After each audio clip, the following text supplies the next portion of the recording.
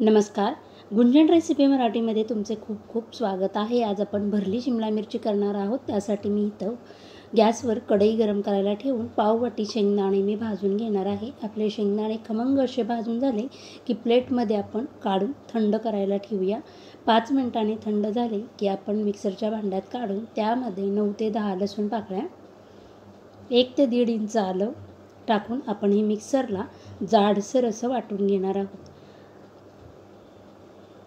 आपले शेंगदाणे वाटून झालेले आहेत, ते एका प्लेटमध्ये काढून घेऊया. त्यामध्ये आता पाव चमचा हळद, 1 चमचा लाल तिखट, 1 चमचा धणे पावडर, अर्धा चमचा गरम मसाला, 1 चमचा सब्जी मसाला,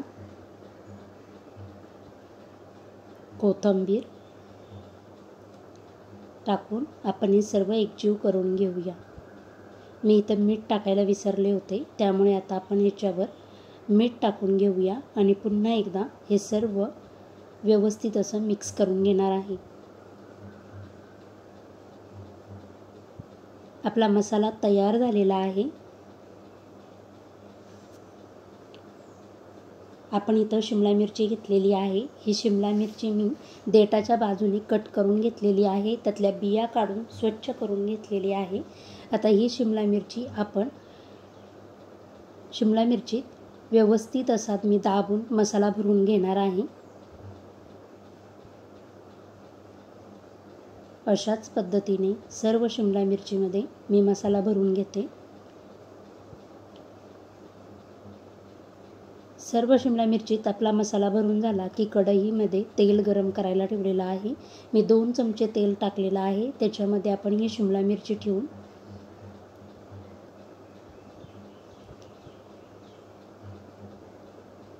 त्याच्यावर झाकण ठेवून एक 5 मिनिटं मी ह्याला वाफ देणार आहे. 5 मिनिटानंतर तुम्ही पाहू शकता छान असा आपल्या शिमला मिरचीचा कलर बदललेला आहे. आता मी पलटी मारून घेते आणि दुसरी बाजू देखील मी त्याची वाफेवरच शिजवून घेणार आहे. आपण शिमला मिरची ही तेलावर किंवा वाफेवर शिजवून घेत आहोत. आपण इथं पाण्याचा वापर केलेला नाही आहे.